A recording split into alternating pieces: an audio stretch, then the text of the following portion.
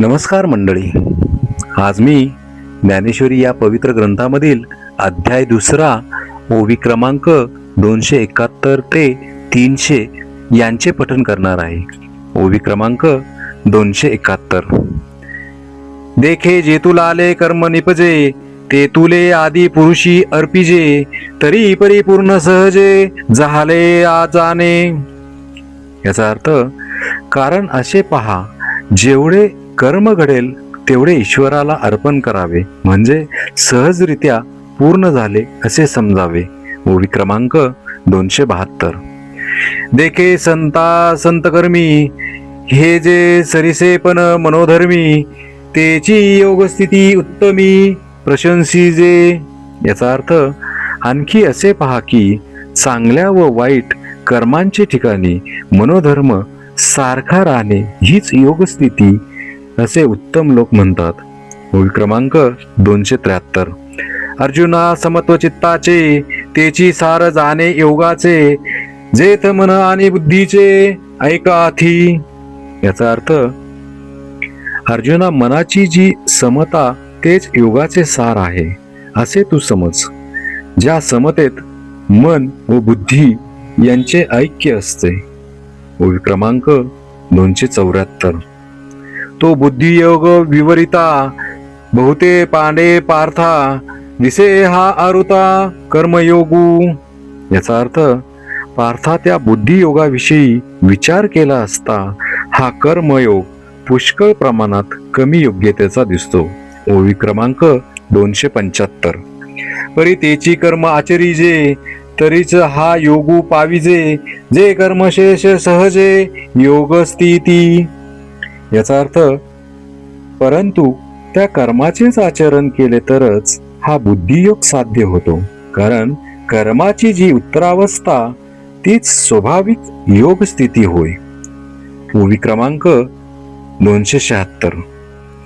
मनोनी बुद्धियोगू सदरू, तेथ अर्जुना होई स्थिरू, मने करी अवेरू फळ हेतूचा.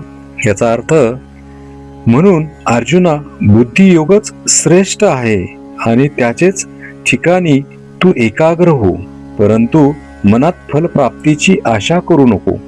ओवी क्रमांक 277. जे बुद्धियोगा योजिले, तेची पारंगत जाहले, इही उभयबंधी सांडिले पापपुण्यी. याचा अर्थ, ज्यांची बुद्धियोगाकडे प्रवृत्ती झाली तेच पार पडतात आणि पाप व पुण्य या दोहोंच्या बंधनातून मुक्त होतात. ओवी क्रमांक 278. ते कर्मी तरी वर्तती, परी कर्मफळा नातळती, आणि यातायाती न लोपती अर्जुनातया. याचा अर्थ, अर्जुना, त्यांनी जरी कर्मे केली तरी ते कर्माच्या फलांची अपेक्षा करीत नाहीत, म्हणून त्यांच्या जन्म मरणाच्या फेऱ्या संपतात. ओवी क्रमांक 279. मग निरामय भरित, पावती पद अच्युत, ते बुद्धियोगयुक्त धनुर्धरा. याचा अर्थ, धनुर्धरा, मग बुद्धियोगयुक्त होऊन ब्रह्मानंदाने भरलेले अविनाशी असे पद ते मिळवितात. ओवी क्रमांक 280.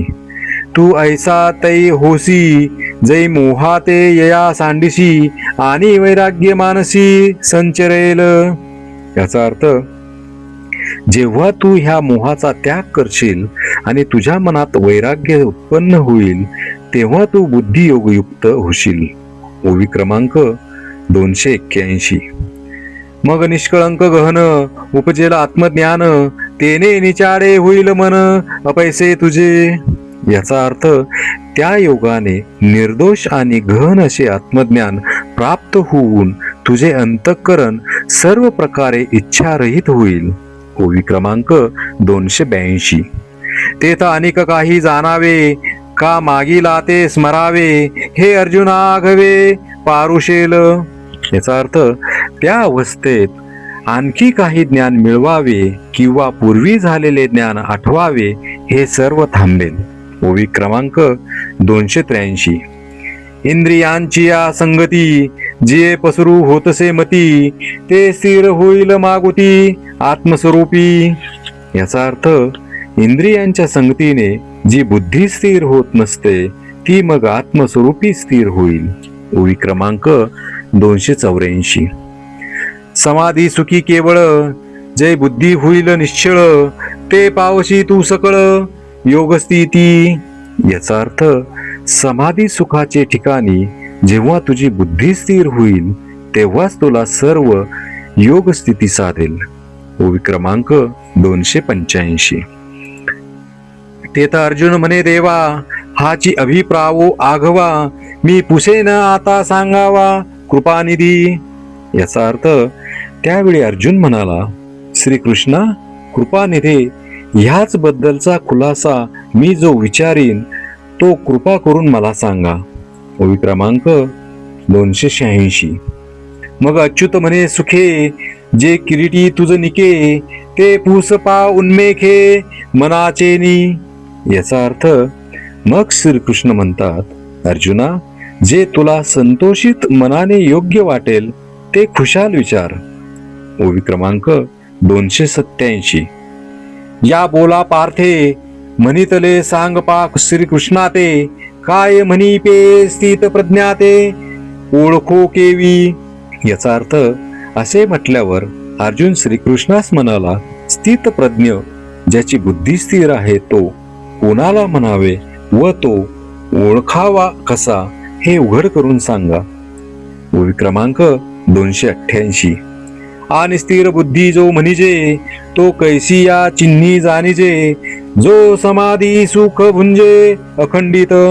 याचा अर्थ ज्याला स्थिर बुद्धी म्हणतात व जो निरंतर समाधी सुख भोगतो तो कोणत्या चिन्हांनी ओळखावा. ओवी क्रमांक 289.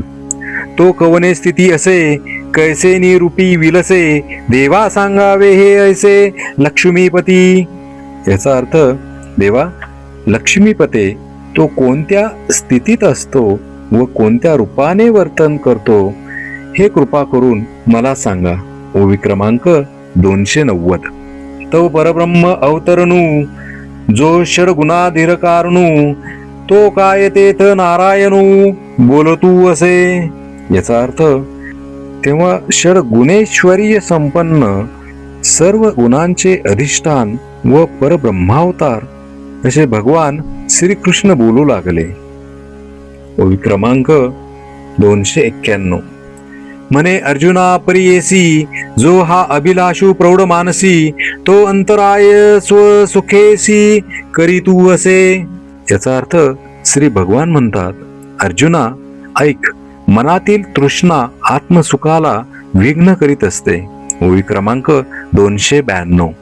जो सर्वदा नित्य तृप्तू, अंतःकरण भरितू, परी विषया माझी पतितू, जेने संगे कीजे. याचा अर्थ जो सर्वदा तृप्त असून ज्यांचे अंतःकरण आत्मज्ञानाने भरलेले आहे पण ज्याच्या संगतीने पुरुष विषयासक्त होतो. ओवी क्रमांक 293. तो कामू सर्वथा जाये, जयाचे आत्मतोषी मन राहे, तोची स्थित प्रज्ञू होय पुरुष जाणे. याचा अर्थ त्या कामाची ज्याच्या मनातून पूर्ण निवृत्ती होऊन ज्याचे मन स्वानंदात रममान असते तोच पुरुष स्थित प्रज्ञ स्थिर बुद्धी असे जाणावे. ओवी क्रमांक 294.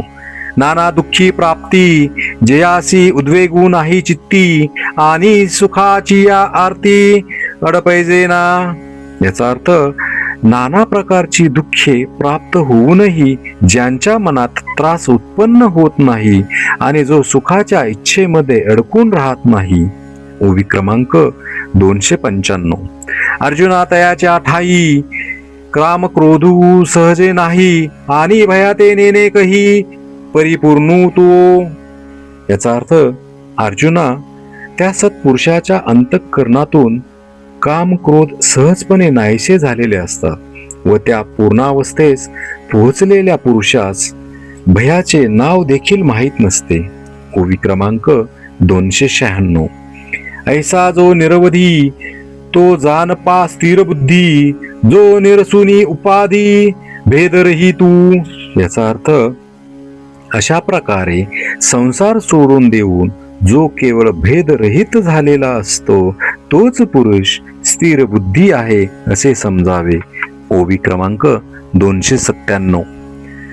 जो सर्वत्र सदा सरिसा परिपूर्ण चंद्रुका जैसा अधमोत्तम प्रकाशा माझी न म्हणे. याचा अर्थ पौर्णिमेचा चंद्र जसा चांगल्या किंवा वाईट लोकांस सारखा प्रकाश देतो तसा जो सर्वांशी सदैव सारखे वर्तन ठेवितो.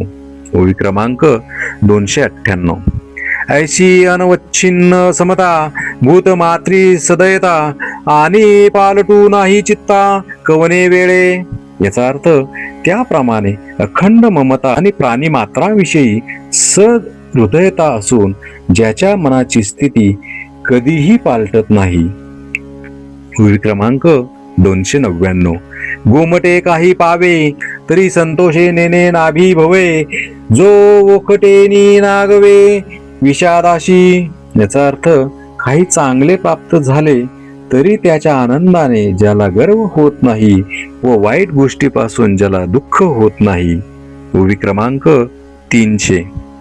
ऐसा हरिक शोक रहितू जो आत्मबोध भरितू तो जान पा प्रज्ञायुक्तू धनुर्धरा.